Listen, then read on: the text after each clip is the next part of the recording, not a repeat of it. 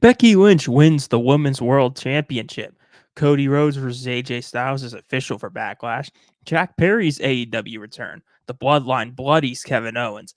There are a lot of WWE injuries going on, plus a lot more. Let's get started. WrestleMan with the podcast, episode number 7. Get started right now. Welcome to WrestleMan with the podcast. I'm Dylan Shields. We talk Raw, SmackDown, wrestling news, and some fun top lists. With that being said, ring the bell.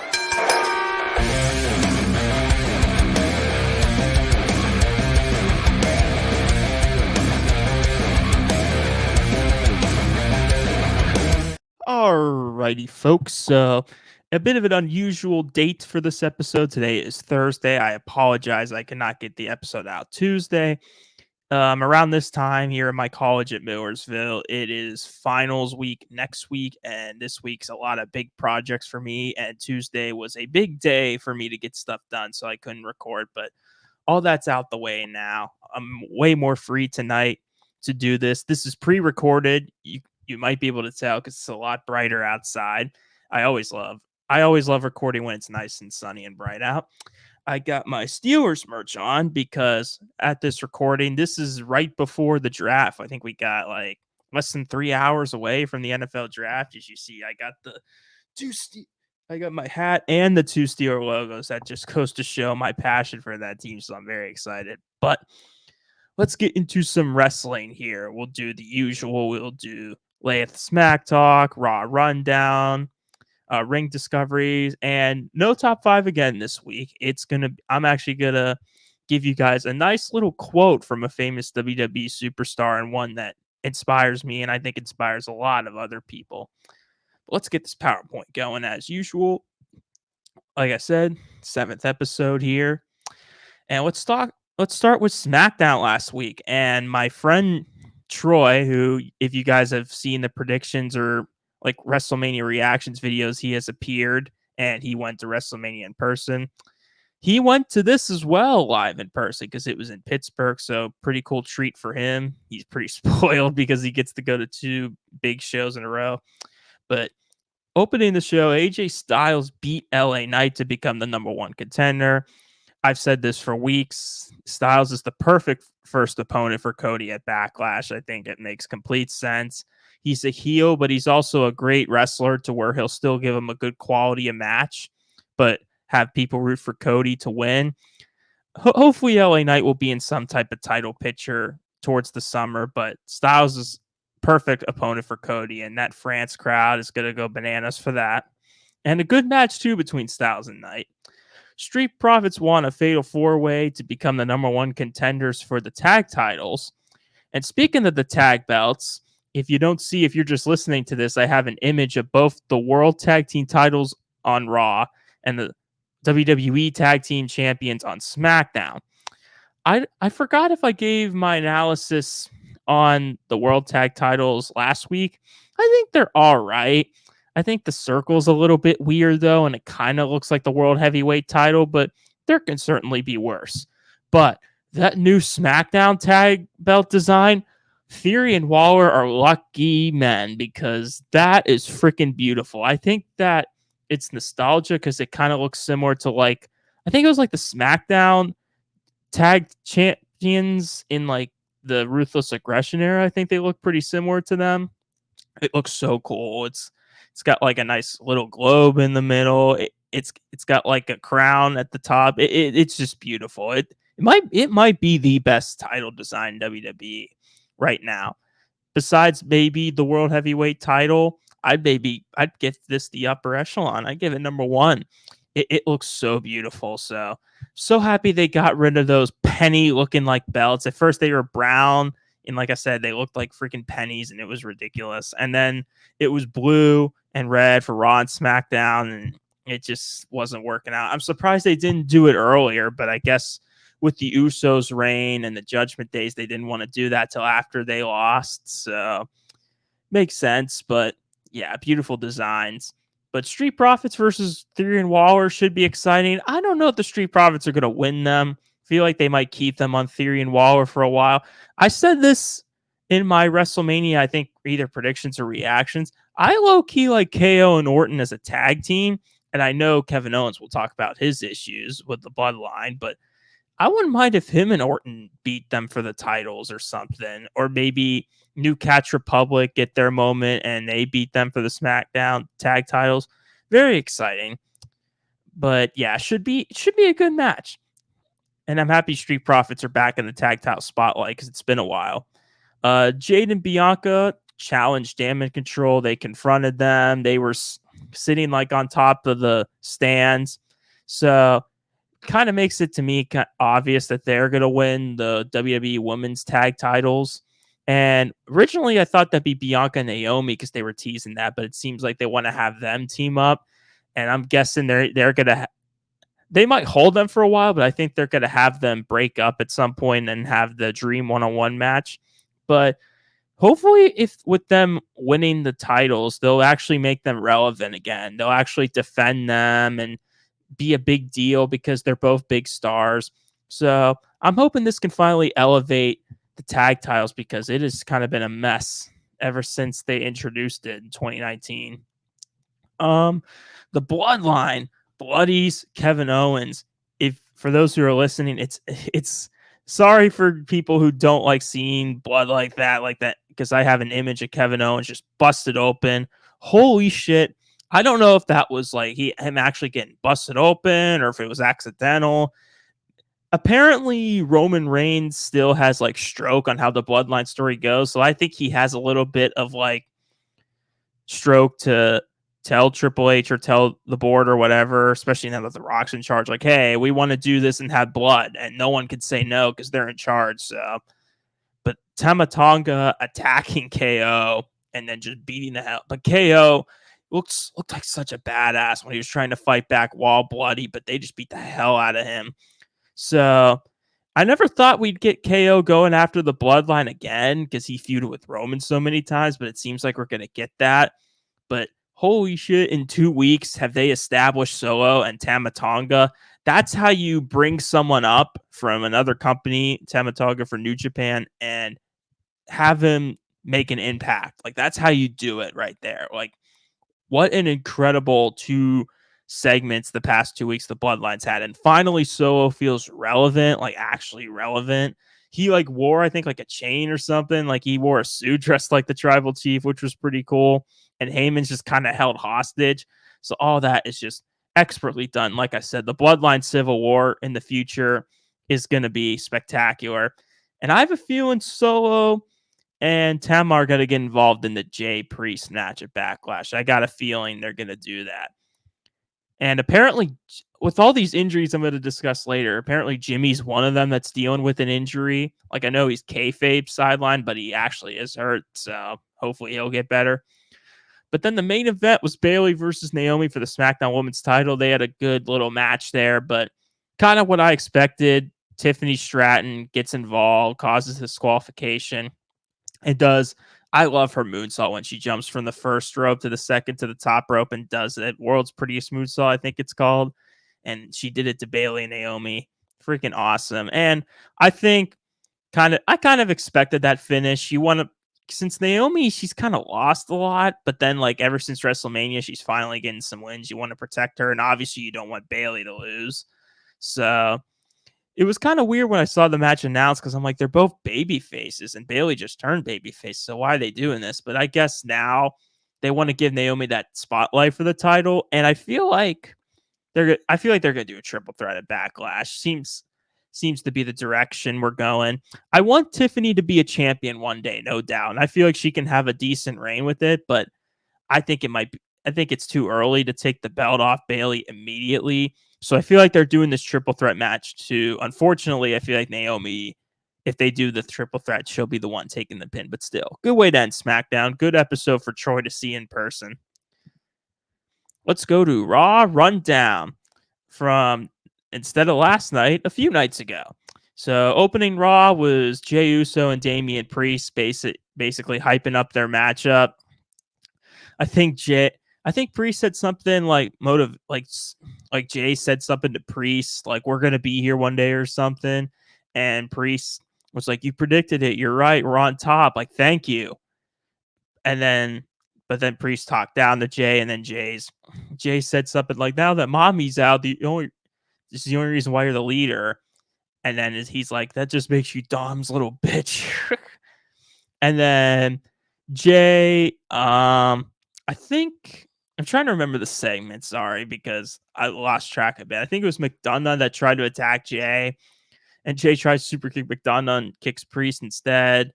Jay kind of outsmarting the Judgment Day again. Like, Jay's face was hilarious. Like I said, I like that they're doing something different with the world title match. It should be a fun match, especially with how over Jay is. And like I mentioned earlier, I feel like to protect Jay, they're gonna have Solo and Tonga. Maybe it's debuting Jacob Fatu gets involved and costs Jay the title and just builds up that heat for Priest. Speaking of heat, Drew McIntyre, him and Sheamus were pretty much roasting each other. I had a feeling it was inevitable when Sheamus came back, and now that Drew's a heel, that they're going to have this type of conversation with Sheamus being like, "Why are you blaming all your problems on Punk? You got to focus on just winning the world title back." And Drew's just making excuses, blaming Punk for everything. But the best part of that promo, no doubt, like, Drew has been killing it with the one-liners. And he's like, "Ever since you came back, I guess it's been burger after burger after burger," acknowledging what the internet community kind of like making fun of Sheamus for his little belly fat there. But like I mentioned last week, it's ridiculous with people like making fun of him and stuff. Like, he's in better shape looking like that than most of us will in our entire lives. So let's just shut up about it. And plus, guy had shoulder surgery and almost was thinking about retiring 2 months ago. So, but when it's a heel like Drew pulling off that burger line, that was amazing. Sheamus broke character. He did. He did. He even acknowledged, like, "You got great one-liners." But then Sheamus had an amazing comeback saying, "I can lose the weight. You can't lose stupid." So just a great rhetoric right there. And then Drew said something interesting afterwards. He said, "I'll watch your back," but he said it so menacingly. And I think we're going to get a little Drew Sheamus feud. I think we might get that match at Backlash to build Drew back up again. And I know we've seen Drew Sheamus hundreds of times, but now that the roles are reversed, like, usually it's Drew as the babyface and Sheamus as the heel. I feel like this could be a lot better with Sheamus as the good guy because the crowd's still fresh. They love Sheamus because he's back. Yet I forgot to acknowledge last week, and I apologize. He brought back his old theme. It started with like the theme like currently, but then it transitioned into "It's a Shame to Fate." I don't know the rest of the lyrics, but it's such a badass song. I'm so happy he brought that back because that's such a good theme, and we've been catering for it. And if that's the case, why the hell isn't Broken Dreams back for Drew? Like, all these other themes are coming back, but Drew's can't for some reason. And Sheamus kind of looks like his 2012. Like, at this picture, he's got the same hair and mustache beard type from I think it was like 2012. Like, he looks pretty much the same, which is just amazing. But yeah, great segment there for Drew. And I feel like the roles reversed with Sheamus is the good guy and Drew is the heel is going to be a lot better for their feud. Sheamus then beat Nakamura. I don't think Drew attacked Sheamus after the match. This is when I kind of turned off Raw for a few minutes. I thought Drew would attack him right away, but he didn't. Sheamus beat Nakamura. Like I said, I feel like we're getting them at Backlash. And McIntyre, Gunther, and Xavier Woods, especially Gunther and Xavier Woods, talked about King of the Ring. Yeah, Gunther came back for the first time in a few weeks, and he pretty much discussed how he made that Intercontinental title relevant. And I'm surprised he's not having a rematch. He's just going right back. He's getting right into the King of the Ring, and wants to win the tournament. And Xavier Woods said he wants to as well. So it seems like we got 3 big guys right now who are in this tournament. I don't know who else will, along with the Queen of the Ring. If we get like Gunther versus McIntyre in the finals for King of the Ring, that would be badass because those are probably the top 2 guys that could win it. That would be amazing. King Gunther would just be incredible. And then to get him into the world title scene. And then Imperium lost the tag tag team match to the New Day. I forgot to put this in my notes, but Gunther was pissed afterwards, walked backstage, and you knew it was coming. Kaiser turned on Giovanni Vinci. They've been teasing like a breakup for a while, and it finally happened. And I kind of like that because I like both Kaiser, especially Vinci. He had like a short singles run in NXT. People are worried like, oh, he's going to get released. I hope not. I hope the future's bright for him as well. He might go back to NXT, maybe, but I mean, I like that they did that because Kaiser, I think, is just an asshole. He just like looks like one. He just betrays a heel so good, and I feel like him and Gunther together is the way to go. I think Vinci can be a good, whether babyface or heel, good single star. Awesome Truth beat DIY to retain in a pretty good match. But what interested me was afterwards in their backstage segment, like Ciampa was kind of mad at Gargano for, like not being upset that they lost. So I think we're kind of teasing a heel turn for them. And I knew Ciampa would kind of be the first one to do it because Ciampa's kind of more of a natural heel. And I feel like they're slowly going to turn on Awesome Truth and maybe they'll beat them if they have a rematch for the tag title. So good stuff there. Chad Gable's heel promo. Another great heel work by Gable. And Alpha Academy was in the ring and he just tore them to shreds, just bullied them. Like made fun of Tozawa for like him looking stupid in his workouts, but he can't win a match. Calling Maxine a doofus or stupid. Same with Otis. Like he was just roasting the hell out of everybody. And everyone's been pitching this, and I agree. I feel like we're gonna get Chad Gable with the Creed brothers, I believe, because their character, they barely have a character. Like people like them because they're athletic, but they don't have much personality. And I feel like everyone's being like, oh, they could be the new Team Angle with like when they had Kurt Angle, Shelton Benjamin, Charlie Haas. And I feel like that'd be amazing. I feel like a heel Gable. I mean, first of all, he kind of has the look and he kind of looks like Kurt Angle. He wrestles like him. I feel like he can pull it off. And I feel like this would be a hell of a heel stable. And I like that they acknowledged him with Alpha Academy, what was going on. Because it's like, yeah, Alpha Academy are still baby faces and liked. So, yeah, an awesome heel promo by Gable. And I hope one day he does win the Intercontinental title. But Bronson Reed attacked Sammy backstage. So I feel maybe Backlash are doing it, that they're doing that. And I like that. Give Sammy a few like actual defenses before we go back to the Gable stuff and Gable can win it. Give Sammy a decent reign. The main event battle royal for the vacant women's world title. Good stuff all around. Not really a lot of dull moments either. They kept it fresh for, I believe it was like 25, maybe 30 minutes. I loved when Maxine eliminated Indy Hartwell and Candice LeRae, kind of payback for all the crap they've been talking about her. That was really cool. Nia Jax, as usual, continues to dominate. There is one spot in the match with Becky getting put through a table. I can't stand when WWE does that because it kind of makes it obvious that they're going to either win or at least be in the finals when they get taken out like that through a table. And it's like, just throw her back in the ring and eliminate her. Like, what are you just leaving her out cold for? Like, she's not out yet. I don't understand why they do that all the time. But still, it was still a great battle royal. The final four was kind of as expected with Nia, Liv, Becky, and who that? I forgot who. I can't believe I don't remember who else it was, but yeah.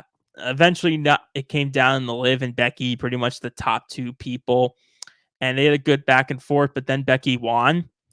I think the bigger thing about this is like what people think of the winner here.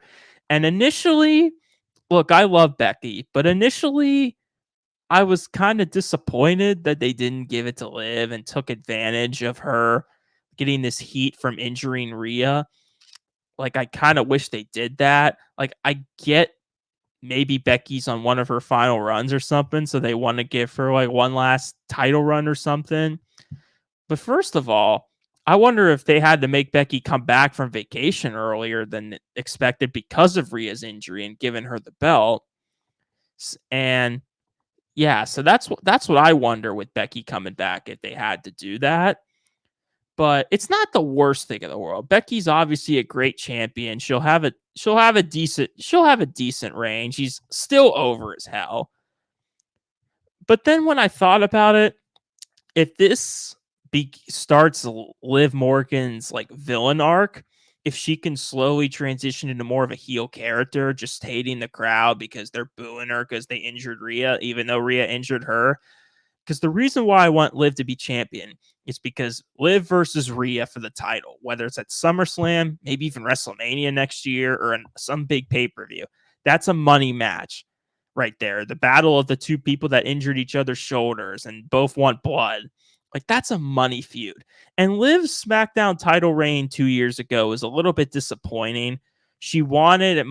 I mean, the pop she got when she beat Ronda was amazing. But again, a woman's Money in the Bank holder cashes it in like less than a day later, as like they always have done besides Carmella.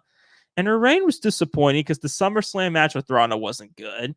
She didn't have the greatest of matches, and she lost it right back to Ronda. So it's like, what was the point of her winning it? And they were teasing at the end of her reign like a villainous or like scarier character or something, but they never capitalized on it. Maybe because of the injury, but like, yeah, I mean, so I feel like they need to give her a heel world title reign so she can prove that she's a much better champion than when she was 2 years ago. And like I said, if they keep this like bad guy villainous, like slow arc to a heel turn, then I think it'll pay off, because it might be even better if she pins or like does something shitty to beat Becky like one on one for the title rather than just eliminating her at the Battle Royal. So it might be a blessing in disguise. Like I said, as long as we get to Liv winning soon, I feel like that's good. But I don't mind. I don't mind Becky being champ. I feel like she'll have a decent reign. And yeah, pretty good episode of Raw overall. All right, ring discoveries. So I know I basically include AEW stuff in here because I don't have time to do like a Dynamite or Collision review. Like I said, I want this to mainly be WWE, but anything big happening in AEW, I have to acknowledge it. And the big thing that happened at last weekend's AEW Dynasty pay-per-view, there was a lot of big things, but I want to talk about first Jack Perry returning to AEW, costing FTR the tag titles against the Young Bucks. I think a lot of people kind of saw it coming. He came out in the Sting mask, and I love that like security was like trying to get him out. They removed the mask, and then they just stopped and were in shock. And Perry's face, like he was just so happy to be back. And I know at the WrestleMania review that we kind of shat on AEW showing the footage from All In. But it seems like with Perry's return and what happened on Dynamite when he and the Elite attacked Tony Khan, it did seem like they had a plan. Do I still think they needed to air the footage to get ratings and to do this story? I really don't think so.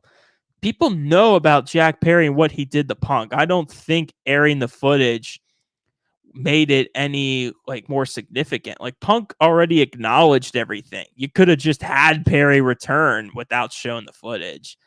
Like I still don't think it was a smart decision, but at least they're playing it into a storyline at least. And it was inevitable before Tony Khan was going to get into some type of storyline. He sold Jack Perry's punch, and then I think the Meltzer driver the Bucks do pretty well, to the point where Tony Khan's father even came out to check on him. So it seems like we're going to get an authority storyline, which is cool. And Tony Khan's a big wrestling fan, so I bet his dream was to do something on screen. My thing with this is short term, this storyline could be amazing. My problem is the main guy that caused all this is not with the company anymore. Punk is long gone in WWE. And who's going to be the main baby faces to take down this villainous elite? Like this whole character of the elite, like the EVP Bucks and Okada and now Jack Perry, it's because of Punk. They're going to keep getting CM Punk chants. Oh, cry me a river chants. So the most relevant guy in your story is gone. And guys like Adam Page are gone. And Kenny Omega, we don't know if he's coming back. He was relevant to this. Like, he's gone. Like, I don't know if they're coming back, but I'm trying to see like who are going to be the baby faces that make sense to the story. It would have been a lot better if this version of the elite, the heel elite, faced CMFTR while Punk was still with the company. But obviously Punk got fired. But like now the fact that Punk's gone, I know FTR's still there, but I don't think they need the AEW tag titles or to feud with the Bucks again. So with Punk not there, who you gonna have? Like Eddie Kingston, maybe. I was thinking maybe MJF could feud with them, considering his like friendship with Tony Khan when he comes back.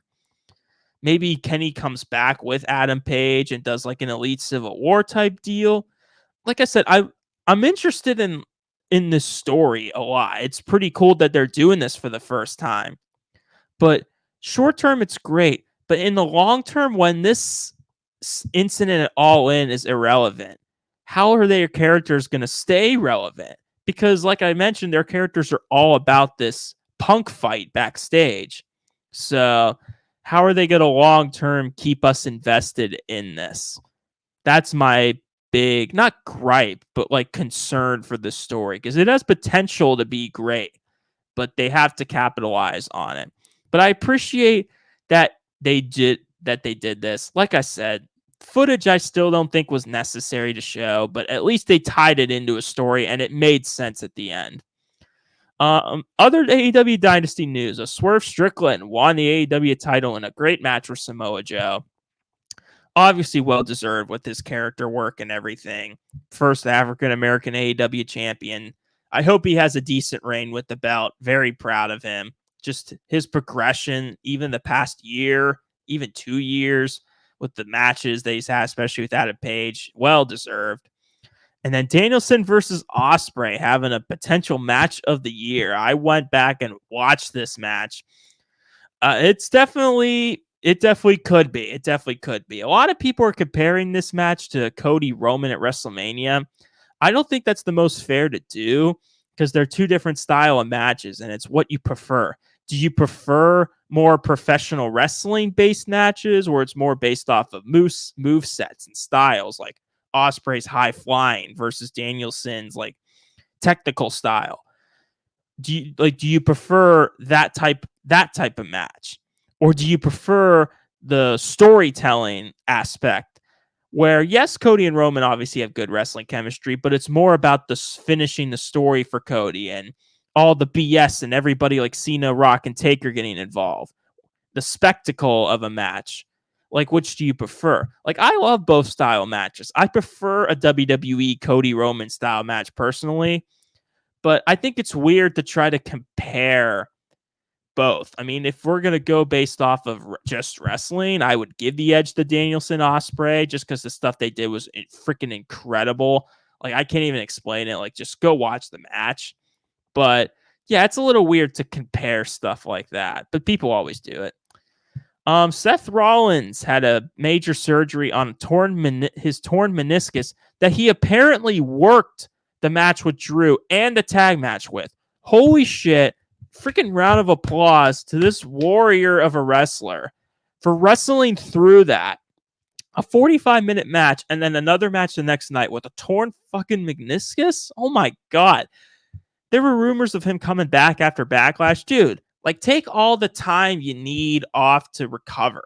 Like, I get he's got the passion to want to come back, but like, he needs a good break with all the injuries this guy's dealt with the past year. He no doubt deserves it. Apparently, Drew hyperextended his elbow pretty badly in the match with Seth. That's why he had an arm sling the Raw after Mania. And why, like, he's still wrestling, I think, live shows, which why? I mean, I get maybe Drew wants to, but like maybe let's keep him healthy since he's like a great character. But yeah, he's injured. I mentioned Jimmy's injured. I'm trying to see who else is hurt. Obviously, Punk is still hurt. We don't know when he's coming back. Yeah, this injury bug is just cursed WWE. So it's just it's kind of a shame, but they seem to be really good at pivoting off their feet for that. But yeah. And then the final thing is the WWE draft being this weekend, starting on Friday on SmackDown and ending on Raw. For those who don't see, who are just listening, my picture has the WWE draft rules. So I love the rules. It actually seems like they make sense for each brand, and apparently NXT will be part of it too. The women's tag titles are eligible. SmackDown picks first Friday, and then Raw on Monday. I don't know about Roman and the Bloodline and what's going on there. I feel like they might be free agents since they seem to be Brock Lesnar. Since Roman's like a Brock Lesnar caliber guy now at this point, where he can just be a free agent and go anywhere he wants. Same with The Rock. I think Cody's going to SmackDown. I think the fact that he's been on Raw for 2 years, I think I want to see him on SmackDown with fresh opponents. I'm not going to give full predictions on who goes where. I'll just see where it goes.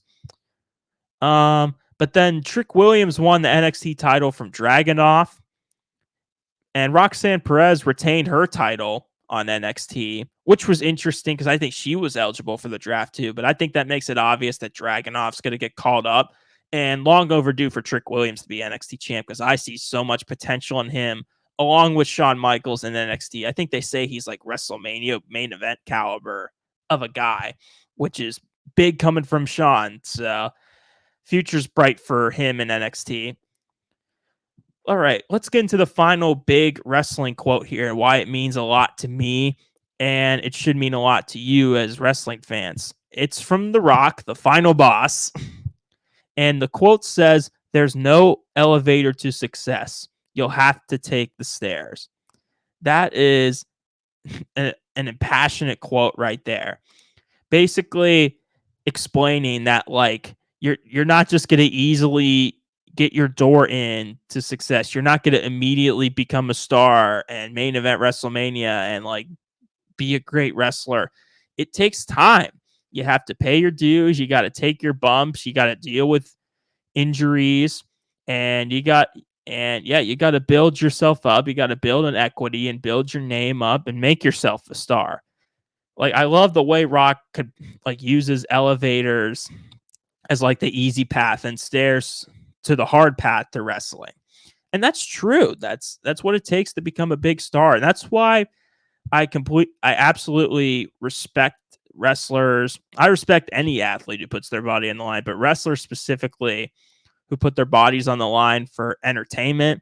Like I truly appreciate them doing that for us because it's not an easy business at all to do.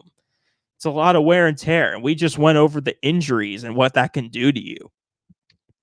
But if it's worth it for the spotlight and the glory and just for the passion of the business, like that's when you can tell the top guys, like the guys who are the first to show up, the last to leave, like that's when you can tell the main event like worthy guys when they're taking the stairs, like The Rock said, to success and not the elevator. So truly appreciate the passion of wrestling fans.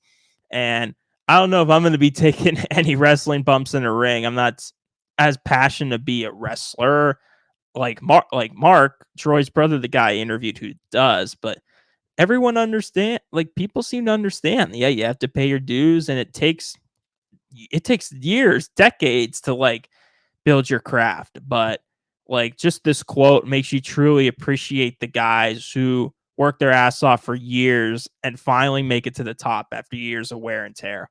So great way to end the episode. Like I said, apologize for the episode coming out a little late, but is what it is. We will be back to our normal schedule Tuesday night at 7:00. And the big thing is we'll talk about the draft because that'll be, I think, concluded by then. So we'll discuss who's going where to what brands. Backlash is coming up next week.